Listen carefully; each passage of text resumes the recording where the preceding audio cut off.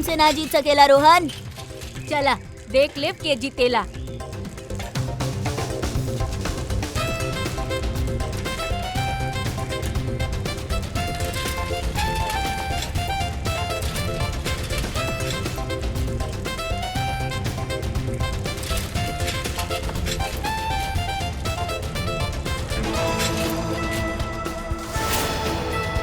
यहाँ से जाइब तो जल्दी पहुँच जाइब, वो सबके हरा देब।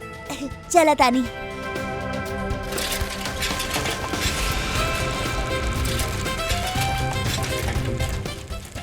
रुको रुको, शैंकी कहाँ बा?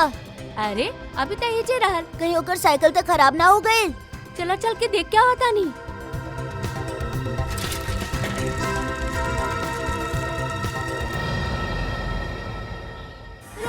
रोहित, हम यहाँ बानी।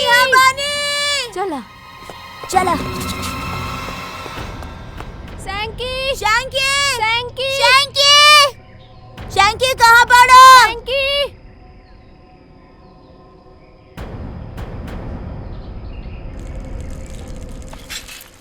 रोहित, रोहित, सैंकी शैंकी, सैंकी शैंकी, रोहित रोहित। कहा भाई सैंकी के? अरे सैंकी तू एजा गिरल कैसे?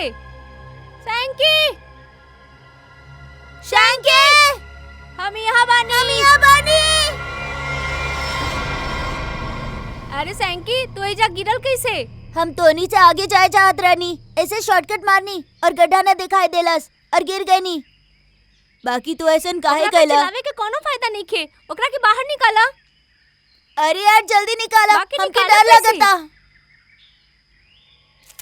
वो देखा वो देखा लकड़ी। लकड़ी।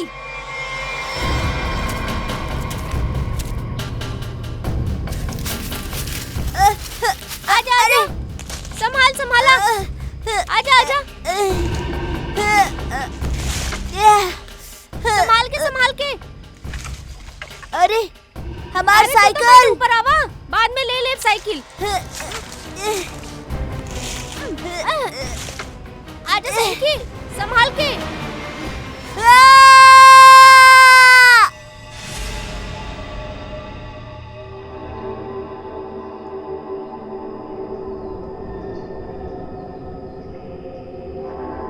अभिजीत, बहुते बुरा तरह से टूटल बाई खोपड़ी।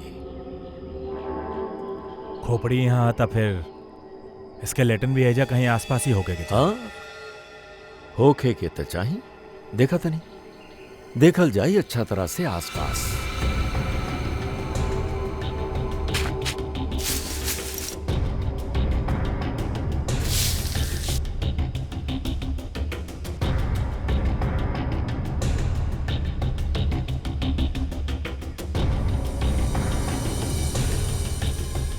सर, हाँ,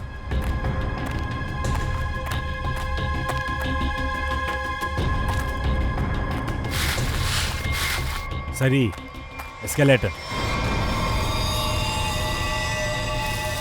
संभाल के, एकदम संभाल के। मुंडी तक गायब हो। लागत ई खोपड़ी इहे स्केलेटन के होखी जौन ई बेचारा से गुम हो गई होखी। हाँ, खोपड़ी गुम तो हो गई बा, बाकी खोपड़ी और ढांचा अलग अलग काहे? सर हो सकेला कोनो जंगली जानवर खोपड़ी के नोच के ले गए होखे।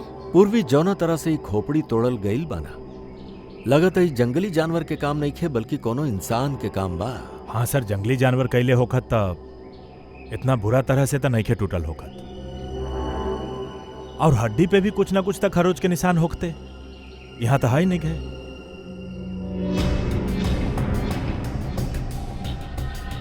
सरी पेल्विस बोन से तो ऐसा लगा था कोनो औरत के ही कंकाल है। जीत, और फिर ये कपड़ा देखा,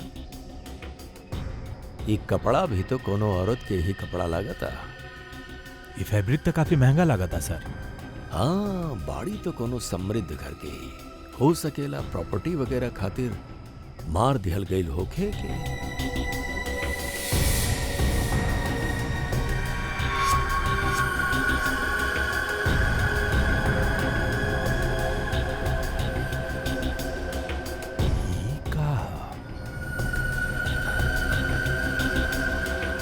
सैप है सर।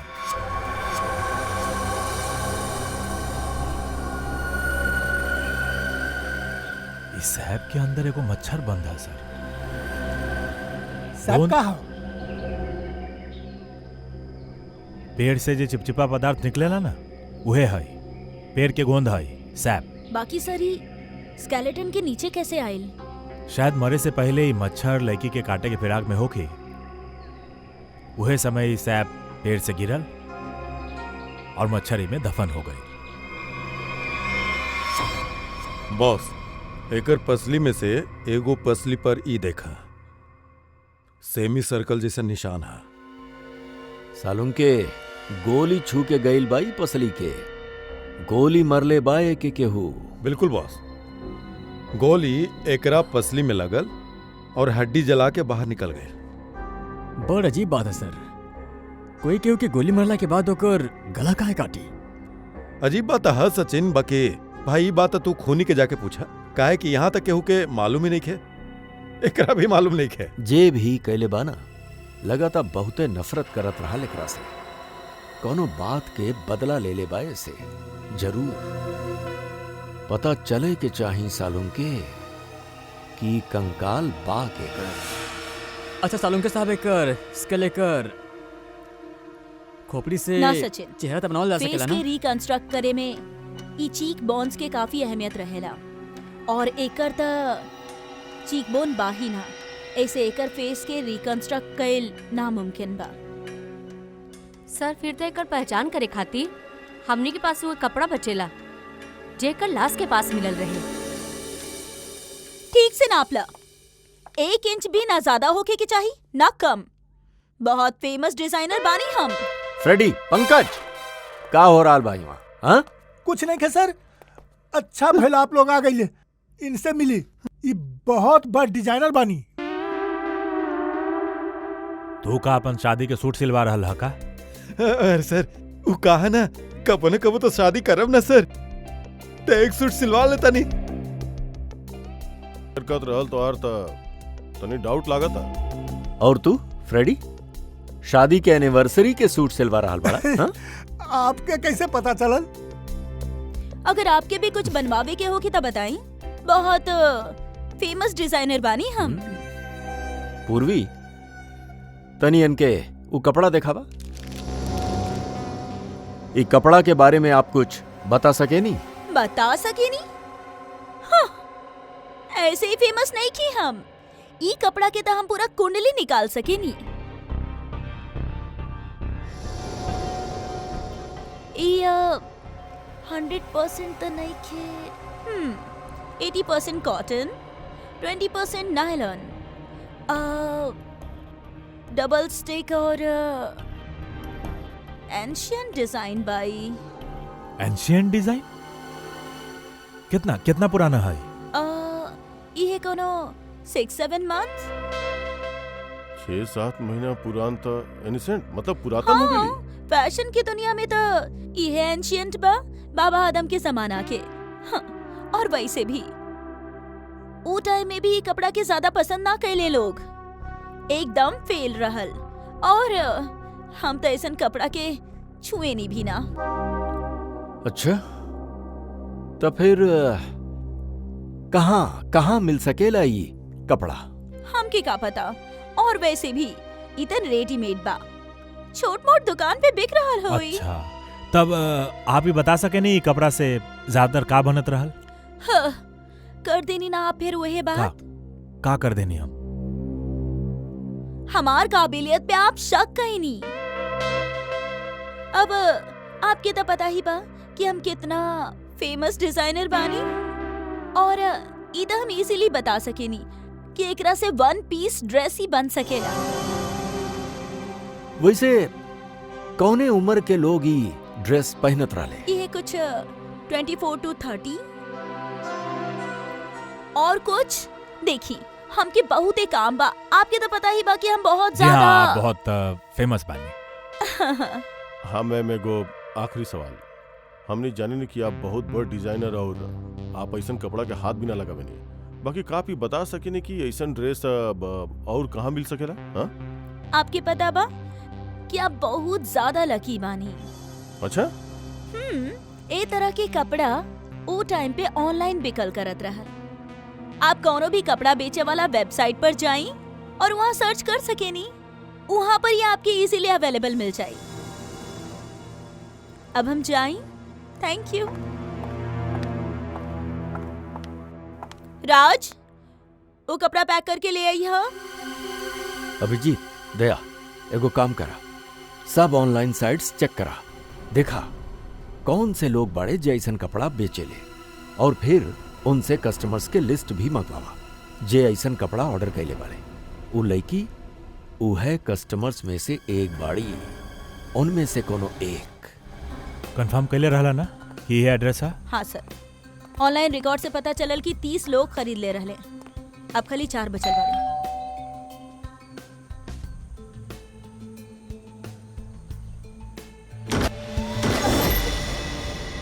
हाँ जी, का चाहिए आप लोगन के? आप मेनका बानी? काहे रे, तोहनी के का हम मेमका में दिख रहल बानी का? हमार नाम निधि है, निधि, ई घर के मेड। निधि? हाँ, यहाँ के काम वाली। बोला का चाहिए? देखिए हमने सीआईडी से बानी। सीआईडी? मेनका मैडम के बुलाई तनी। आई सर, आई, अंदर आई। निधि, क्या बड़े ये लोग और घर के अंदर कैसे आ गए ले? साहबी, हमने सीआईडी से बानी, तनी मेनका जी के बुलाई, उनसे कुछ बात करे के। हाँ जी हाँ, मेनका? मेनका। ओ यहाँ नहीं खे। यहाँ ना है तब कहाँ भी आओ? देखिए आप जितना पूछ ले बानी हम आपके बता चुकल बानी। आपके उनका से रिश्ता का बा? हमार बीवी भी अबू, आई मीन बीवी रहे। फिर तो आपके मालूम होके के चाहिए ना कि वो कहाँ बानी और कब आई है। देखिए हमके ओकरा बारे में कुछ भी नहीं के मालूम, और हम आपके ओकरे बारे में कोनो भी मदद ना कर सकेनी। अच्छा ठीक है, आप तनी कपड़ा देखें, इनके पहचाने ले आप।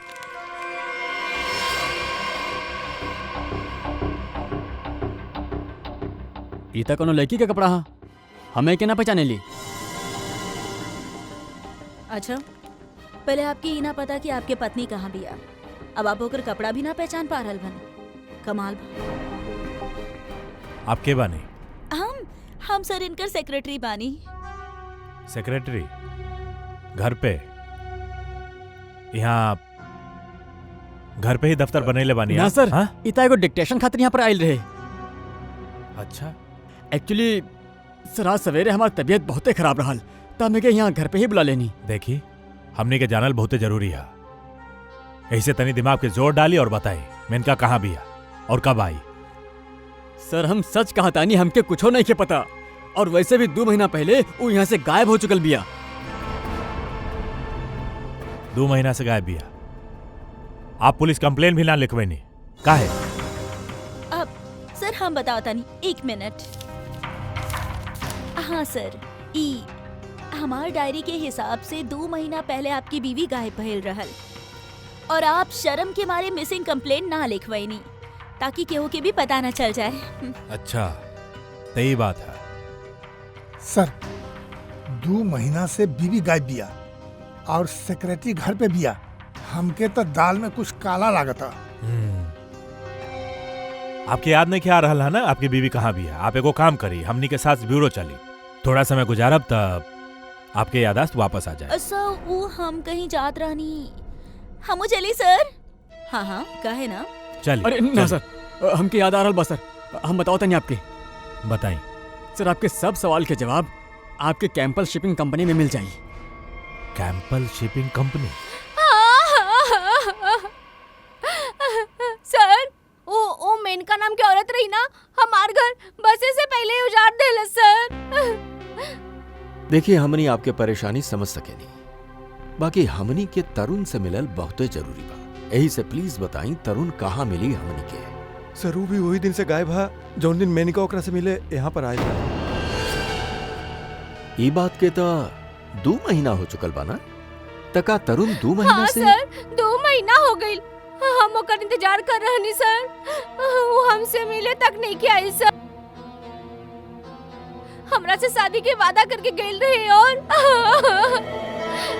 ये देखिए सर हम ओकरा खातिर गिफ्ट लेके रखले बानी सर, ताकि जब वो लौटे हम ओके गिफ्ट दे सकी। बाकी सर हमके ऐसा लगता कि वो हमार सच्चा पार के भुला चुकल बा।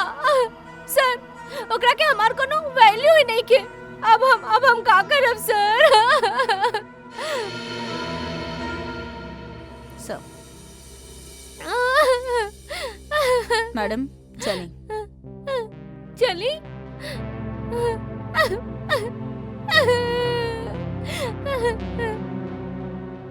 सर मेनका के साथ साथ तरुण भी गायब हो पिछला 2 महीना से। कुछ समझ में नहीं आ रहा सर। तरुण के फोन नंबर होगी ना आपके पास? फ्रेडी फोन नंबर ला, देखा फोन जिंदा बा का, और अगर बा तो पता लगावा कहाँ बा। यस सर।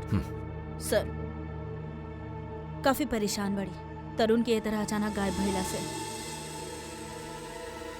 कहीं धीरज मेनका के साथ साथ तरुण के भी तो गायब हो न सकेला कइले। सर। ई धीरज पे कड़ा नजर रखे के पड़ी। हमनी से मिले के बाद वो बौखलाई जरूर होगी। कोनो न कोनो गलती तो जरूर करी, जरूर कोनो न कोनो गलती करी।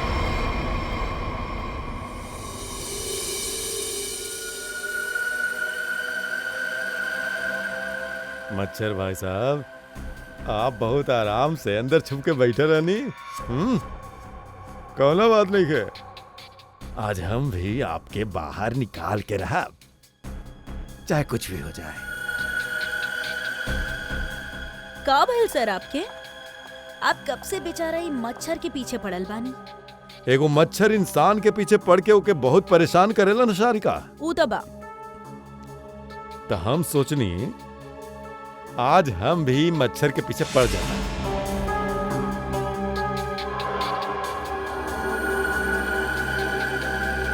इतिहास गवाह है कि आज तक मच्छर इंसान के खून चूसत आइल हा, बाकी आज सालों के मच्छर के खून चूसी। एगो मच्छर इंसान के का बनावेला शारिका? का बनावेला? डेंगू के मरीज बनावेले। एगो मच्छर इंसान के डेंगू के मरीज बनावेले।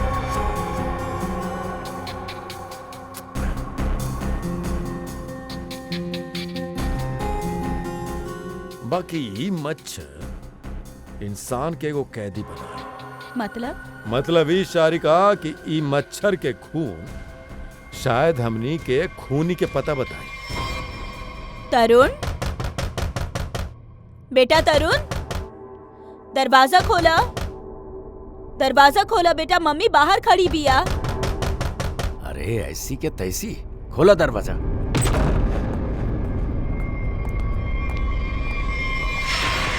मेनका भी तरुण के दोस्त और शीना भी तरुण के दोस्त।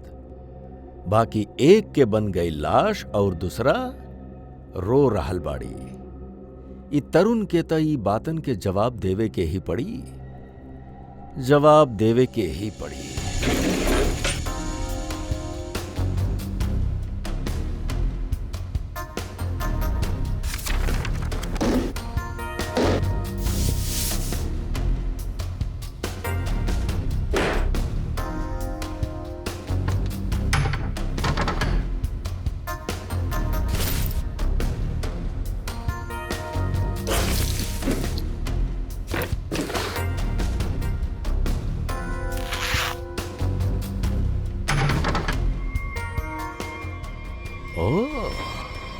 ई का बा?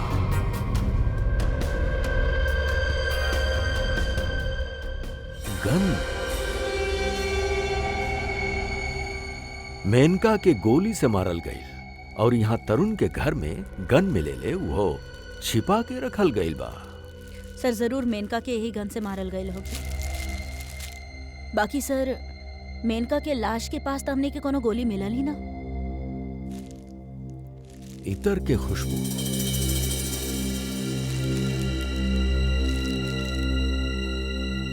खुशबू यहाँ पे ज्यादा बा, ई बैरल बा। हो सकेला कि गन पे लागल खुशबू ई बैग के लग गई होखी। हाँ फ्रेडी, भइल तो ऐसने ही बा।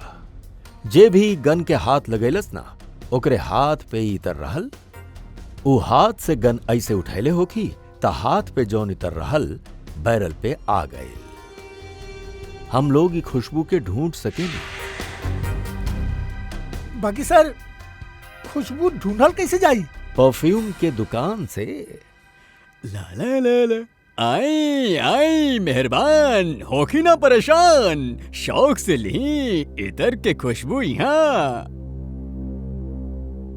देखी आ तो गैल बानी हमनी, बाकी हमनी के यहाँ इतर के जानकारी चाहिए। जानकारी? हाँ। अजी जनाब, समझी हमार भी लाचारी, करेनी इतर के दुकानदारी। कुछ ला तब देव जानकारी। अरे देखिए श्रीमान, हम हैं थोड़ा परेशान। अगर इतर के करिए पहचान तब बच सकेले केहू के जान। वाह वाह वाह वाह, का गीत गईनी आप, अच्छा रंग जमैनी आप। अजी अब आप हो गई नी हमार खास, तब बताई कौन सा इतर है आपके पास? ई हा जनाब।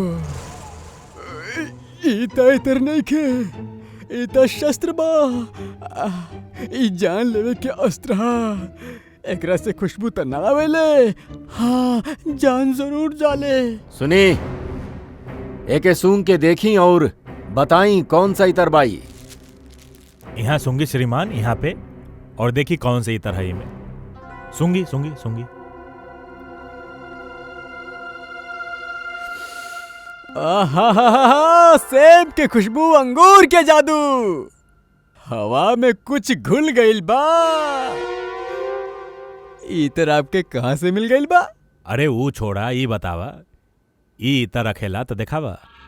जी ना ना, ई इतर बहुत रेयर बा, एके रखे के पड़ेले बहुत केयर बा, एकर प्राइस है बहुत ज्यादा, ऐसे यहाँ रखे के हा ना कोनो फायदा। और कहाँ मिली? इता आपके डिस्ट्रीब्यूटर ही बताई, का कि वो बहुत बड़ बगीचा हा, हम छोट सा क्यारी बानी, वो बड़ डीलर हा, हम छोट मोट व्यापारी बानी। एक मिनट पूर्वी, ई जे हा तरुण के फोन के लोकेशन हा, ई सब जगह देख के बतावा कहाँ हा आपके वो जौन व्यापारी हा, ई तरफ कहाँ हा उनका दुकान? तरुण के हा जेकरी गन बा। ई खुशबू वाला गन। ये गली नंबर 8 में डिस्ट्रीब्यूटर के दुकान है, नाम है ओकर छैला, बाकी दिल के बा बहुत मैला। ध्यान रखिया, आदमी बहुत गंदा बा, और हमके लागत ओकर 2 नंबर के धंधा बा। Thank you. अरे छैला जब एक बार जवान दे देले तो काम तो ऐसी हो जाले। You understand? Chill, man, chill.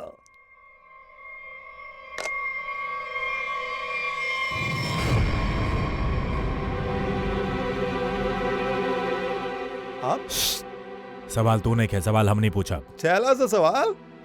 Chill, man, chill.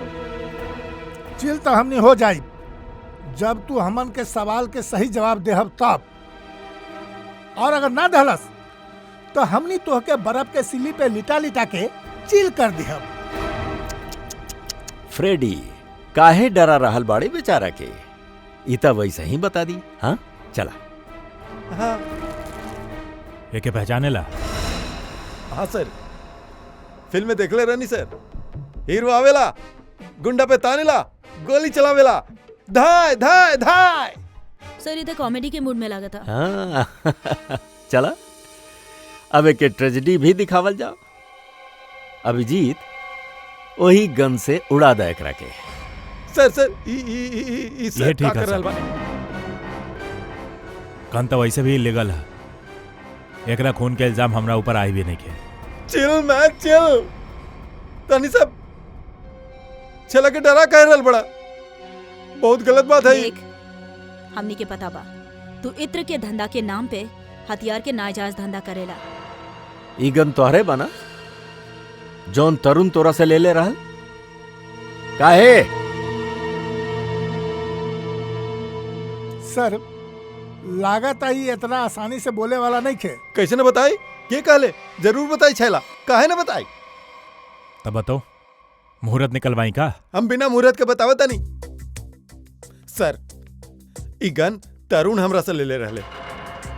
तरुण? कहाँ बा तरुण? चिल मैन चिल, बाई गॉड की कसम सर, तरुण कहाँ बाड़े ई छैला के भी नहीं खे पता सर। कैसे नहीं खे मालूम? अगर तोके पता नहीं खे तरुण कहाँ बा तो ओकरा पास गन कैसे पहुंचैला? हम गन नहीं के पहुंचली सर, वो खुद लेवे आयल रहल। संतोष ओकरा के छैला के पास लेके आयल रहल। संतोष के आई? सर छैला के कुछो नहीं के मालूम अब सर। हाँ छैला के चुप! माफ कर दी सर। हथियार के धंधा करेला और माफी मांगेला? चल चल चल चल चल चल चल वो बताओ तानी सर, बताओ तानी। सालूम के तू मच्छर के खून चूस रहल बड़े? हाँ इस सारी का बतावत रहली? ओ अपन लोग शिकायत कैलन ना ना हाँ चूसत रहनी, मच्छर के खून चूसत तो रहनी। का पता चलल? मच्छर से खूनी के पता ओ। चला। का मच्छर से खूनी के पता? हाँ मतलब मच्छर के अंदर अब भी खून बा? हाँ बॉस, ई मच्छर गोंद में फंस के मर गईल जरूर रहल, बाकी एकरा अंदर जौन खून रहल वो वैक्यूम के वजह से बचल रहल। हाँ सर, बाकी ऐसे खूनी ई के पता कैसे मच्छर चला? सैप में फंस के मरे से पहले ओकर खून चूसत रहल, वो खून खूनी के रहल। सर वो खून लाश के भी तो हो सकेला। ना सचिन, लाश के डीएनए और उ मच्छर से मिलल खून के डीएनए मैच ना करेला। ऐसे खून खूनी के ही बा। और एगो बात बॉस, ई मच्छर के खून में हमके सिकल सेल एनीमिया के रिएक्शन दिखाई देला, जबकि लाश के खून में ऐसे नहीं खे। सिकल सेल हम बताओ तनी का होखेला।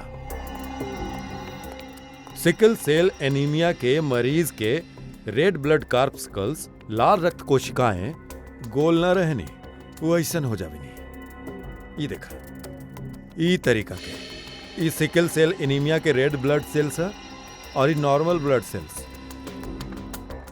सही मात्रा में ऑक्सीजन ना मिलला के वजह से रेड ब्लड सेल्स सिकुड़ जाले। ऐसन मरीज के जॉइंट्स में पेन होखे लगेला और ओके फेफड़ा में बीमारी हो जाले। तो फिर ये आदमी जरूर हॉस्पिटल के चक्कर काट रहल होखी। जरूर बॉस। और एगो बात, ये बहुत रेयर डिजीज है, हर केहू के ना होखेला ई बीमारी। फिर तो सर एके पकड़ल आसान हो गई। बिल्कुल सचिन, अब आसपास के जितना भी हॉस्पिटल बा सब में जाके पता करा ऐसन कितना मरीज बाड़े जे सिकल सेल एनीमिया के इलाज करवा रहल बाड़े। आपके? संतोष, हाँ हम संतोष जी बानी। काम कहा? अरे रे रे रे, आप लोग क्या बानी और ये का करल बाड़े? अरे ऐसा ना कर सकेले, मोहल्ला में हमारी इज्जत बा भाई। ये कहा? वैसे बेटा करे खातिर तो बहुत कुछ कर सके नहीं। फिलहाल तू ही बताओ, तरुण के जाने ले?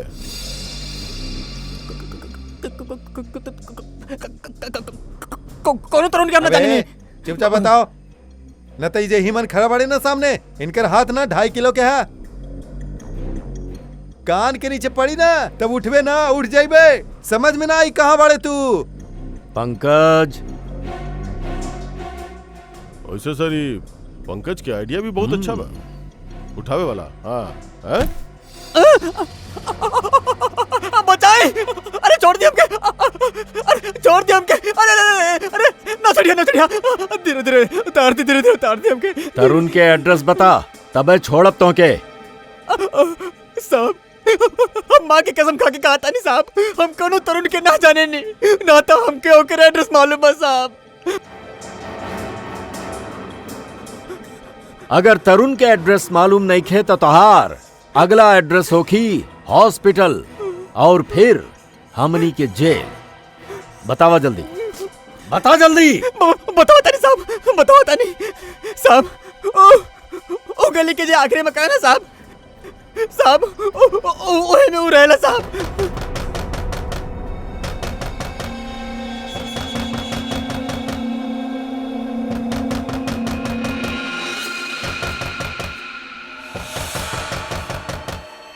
अरे ई कौन है भाई?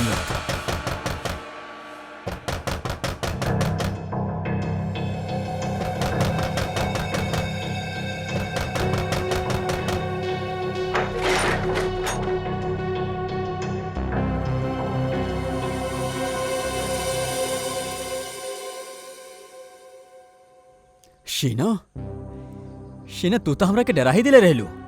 हम इतना का खराब लगतानी कि हमके देख के तू डरा गईला। ना हम तुहार शक्ल देख के ना डरनी, तो इतना जोर जोर से दरवाजा खटखटावत रहलू ना, तब बस वो हड़बड़ाहट से हम डरा गई नी। ओ कहा ना तरुण, हम तो से इतना प्यार करेनी, बस यही से। शीना तोके के बतेलस के हम यहाँ बानी। तरुण हमार सच्चा प्यार है जा खींच के लाइल, हम तो से मिले के चाहता नहीं रानी शीना, ऐसे। तू हमके समझ ना रहल बाड़ू। पता बा तोहर प्रॉब्लम का कि तू हमरा के न समझेला। एक्चुअली ना तू हमार जज्बात के समझे के ही न चाहेला। और एगो हम बानी मतलब ई कार्ड्स और ये गिफ्ट देवे आइल नहीं तोके, ई कार्ड देवे आइल नहीं तोके, बाकी ना तोके हमार प्यार से कोनो मतलब ही नहीं के। तोके खाली ई पड़ल बा कि हमके यहाँ अकेले के आइल रहे, ई लाइल रहे हमके यहाँ पे। संतोष, अरे का हो गल तोरा के? तो इतना सूजल काहे बाड़े? अरे सब ऐसे ही। हाँ, दरअसल कहा ना, हमके मार खाए के शौक चल रहे। हमके रास्ता में एगो लंबा चौड़ा पहलवान मिल गई। हाथ जोड़ के विनती कहनी हम ओकरा से कि भैया पहलवान, आज हमके मार खाए के बहुत शौक चल रहा है, हमके मारा। पहलवान कहलस ऐसन, तो हम कहनी भैया ऐसन ही। पहलवान लपक के हमार विनती मान लेलस, फिर बहुत मारलस। भाई तू जा कहल बाड़ा? अरे भैया हम जा ना रहल बानी, हमके ले जावल जा रहल बा भाई।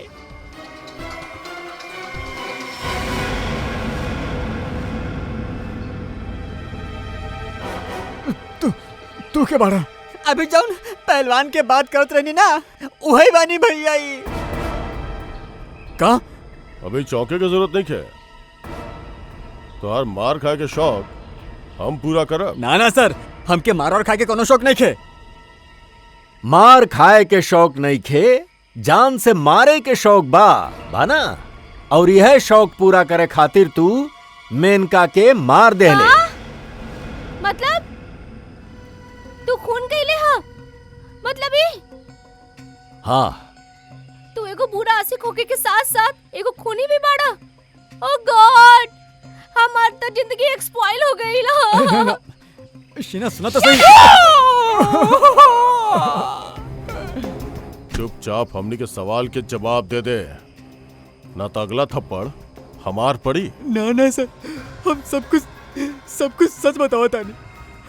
मेनका के खून हमें कहले रहनी। तरुण मेनका के खून ना कहले। यार तरुण सबके सामने कबूल कैले बा सालों के। देखो बॉस, हमू सच्चाई के बात करता नहीं, जे मच्छर हमके बतैले बा। फिर तू मच्छर के लेके शुरू हो गए। बॉस 100 बात के एक बात, तरुण के ब्लड ग्रुप है O पॉजिटिव, और मच्छर में जे खून मिलल है ओकर ब्लड ग्रुप है AB पॉजिटिव। तो साफ है ना, तरुण ही खून न कैलस। तो फिर तरुण झूठ काहे बोले? काहे? और फिर खूनी के बा? सर, हाँ सर खूनी के बा हुई रिपोर्ट बता सकेले। शहर के सब सिकल सेल्स एनीमिया पेशेंट्स के डिटेल रिपोर्ट, और इतना सब पेशेंट्स में ई एक ही फीमेल बा जेकर ब्लड ग्रुप बा AB पॉजिटिव, और जेकर डिटेल उ मच्छर के मिलल खून से मैच होखेला। निधि, निधि नाम सुनल लागता। निधि पता लगावे के पड़ी कोनो हॉस्पिटल में इलाज हो रहा बा एकर। अभिजीत, इ निधि के आवे के वक्त हो गइल बा। एजा से डॉक्टर अशोक के केबिन पे नजर रखल जाई। हाँ,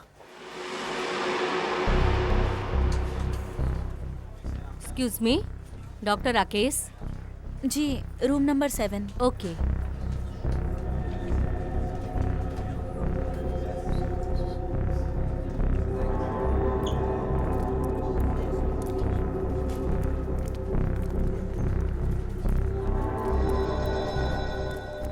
डॉक्टर राकेश के केबिन के सामने तो लड़की तभी आ। कहीं ई निधि तो नहीं है?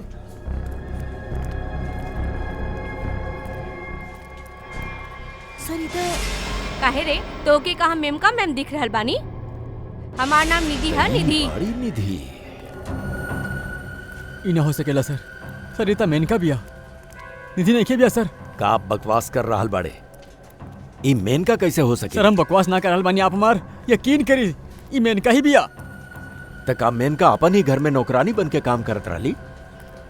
अगर ही मेनका मेड बन के रहत रहल त जिकर कंकाल मिलल उके बिया। सर हमार यकीन करी, ई मेनका ही बिया।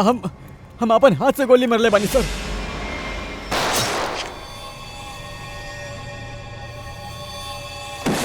निधि जिंदा ना हो सकेली सर। अरे संभाला। अरे जा एके ले जा और एकरा के जल्दी होश में लावे के अच्छा कोशिश भाई कर। सर, जा। हम लोग हॉस्पिटल में बानी, एहिजा ही बेहोश भइल बा, एहिजा ही एडमिट करवा देता नी। अरे जा जल्दी। संभाल के। सर ये बहुत तगड़ा प्लानिंग के साथ करल गयल है खून। इमे तरुण के लागल के खून कर देहलस, बाकी दरअसल खून भइल ही नहीं खे और असली खून ही ओकरा आड़ में केहू और के खून कर देहलस। और वो अपन गुनाह छिपावे खातिर ई लड़की अपन कत्ल के नाटक कैले बाड़ी ताकि केहू के एकरा पे शक न जाए। और सर जेकर भी खून भइल बा ओकरा पहला गोली मारलस, फिर ओकर गला काटलस। ई काम एकर अकेले का त ना लागल। बिल्कुल सही कह रहल बाड़ू तू। केहू अकेल के काम न बाई। यही से डॉक्टर राकेश के हम कह देले बानी कि वो निधि से कहे कि कोनो अपना के साथ में लेके आवे। देखा, हम तो बस यही सलाह दे सके नहीं, तू कोनो अपना के यहाँ बुला ला। लेकिन डॉक्टर। अरे देखा, अब हम तरह के एडमिट करे में और देरी न लगा सके नहीं। अरे भाई बहुत ज्यादा फॉर्मेलिटीज होई और साथ में तारा ख्याल रखे खातिर केहू तो चाहिए ना। एगो हम कहता नहीं, तू केहू अपना के यहाँ बुला ला।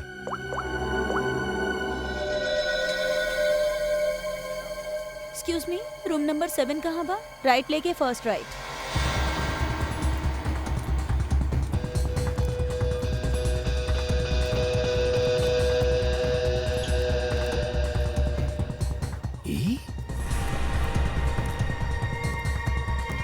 आपके हम सर इनकर सेक्रेटरी बानी। ये तब धीरज के सेक्रेटरी बिया। सर मतलब ई सब मिलल बाड़े। ई हमनी के हाथ से निकले ना पावे। सीआईडी निधि ए! भागो। ए, रुक।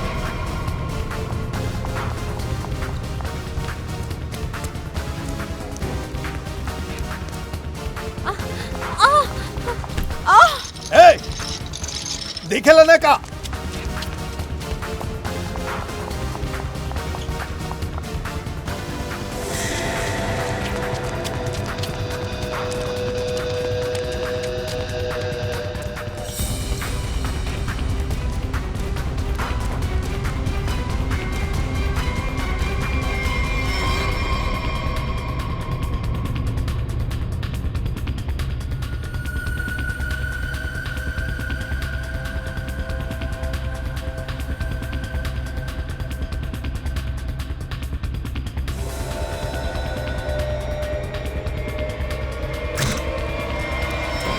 अरे अरे अरे लाइट अरे, की अरे लाइट भी का हो गए। अरे अरे क्यों लाइट मिलेगा का हो भैया? गया। दिखाई नहीं दे रहा। खतरा। हाँ, अरे जनरेटर देखो, तो ऑन अरे करे के चाहिए।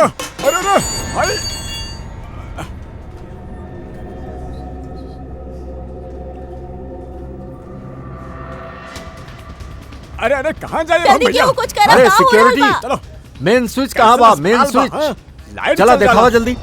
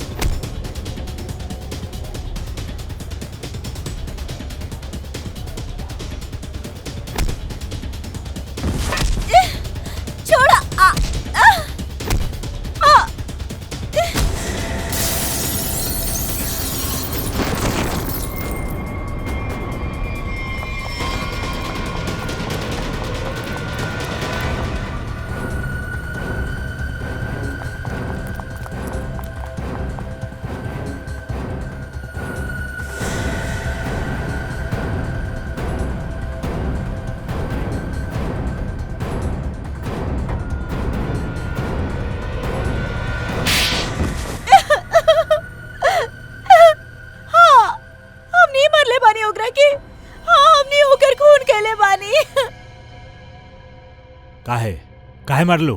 बदला लेवे खातिर। कैसन बदला? तरुण और नीरज से हमने की जिंदगी खराब करे के बदला। वो लोग मिलके हमने के सब कुछ छीन ले ओकर बदला। एक तीर से दुगो निशाना, मेनका के खून करके हमने धीरज और तरुण के ऊपर वो खून के इल्जाम लगा देनी। और वो गोली कहाँ गई? जौन तो के लागल रहे। हम गन से निकाल के गोली चेंज कर देले रानी। ता तू दोनों बदला लेवे खातिर मेनका और धीरज के अलग कर देलू, और फिर निधि तू मेनका बन के तरुण के बेवकूफ बनावे लगलू। तोहार प्लान ई रहल कि तरुण तो के मेनका समझ के तोरा पे गोली चला देवे। हाँ? तो के का लागल? धीरज और तरुण के सामने तू लोगन के राज कबो ना खोली। राज ना खोल सकत रही सर, काहे कि दोनों एक दूसरा के जानत ही ना रहल। सारा राज एक न एक दिन खुल जावे ले। कोशिश तो तू लोग बहुत कैले रहला कि मेनका के लाश मिल जावे और धीरज फंस जावे, बाकी ऐसन भइल नहीं खे। और यही खातिर तू मेनका के खोपड़ी निकाल के बाहर रख देलस ताकि केहू के नजर ऊपर पड़ जावे और धीरज और तरुण पकड़ल जावे, है ना? इतना दिमाग चलैलू, बहुते बड़ साजिश रचलू, बाकी एक बात भुला गईलू। तू लोग भुला गईलू कि इंसाफ नाम के भी चीज हो खेले जे आपन रास्ता ढूंढ लेवे ले मुजरिम तक पहुंचे के। कानून तोरा के कबो माफ न करी, कड़ा से कड़ा सजा मिली तोरा के, शायद फांसी होगी।